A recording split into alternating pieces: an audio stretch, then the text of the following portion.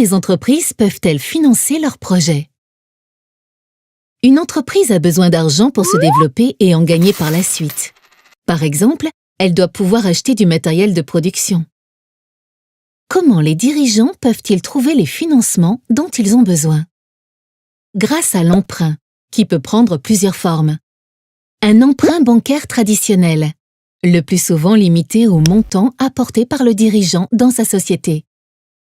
Un prêt d'honneur ou avance remboursable, proposé par exemple par une région ou une institution, souvent à faible taux d'intérêt. Un emprunt obligataire émis par l'entreprise. Une obligation est une somme prêtée à une entreprise par un particulier ou un organisme contre intérêt. Grâce à l'émission d'actions. Lorsque l'entreprise émet des actions, elle vend une fraction de son capital, c'est-à-dire une partie d'elle-même. L'acheteur a deux motivations. Il espère que les résultats de l'entreprise permettront de lui verser des dividendes. Il espère revendre ses actions à un prix plus élevé que celui auquel il les a achetées. La vente d'actions peut se faire auprès des marchés boursiers. Pour y accéder, l'entreprise doit notamment publier régulièrement des informations sur sa santé financière. Elle doit donc recruter une personne spécialisée ou faire appel à un cabinet extérieur, ce qui représente un coût important. La vente des actions peut également se faire directement auprès d'investisseurs. Cela s'appelle le capital investissement. Il en existe différents types, aux différents stades de la vie de l'entreprise. Le capital amorçage, qui va permettre de financer la création de l'entreprise et des premiers produits.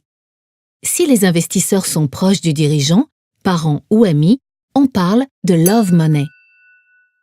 Le capital risque concerne principalement les entreprises innovantes, qui peuvent potentiellement gagner beaucoup d'argent rapidement, mais qui ont un risque important d'échouer.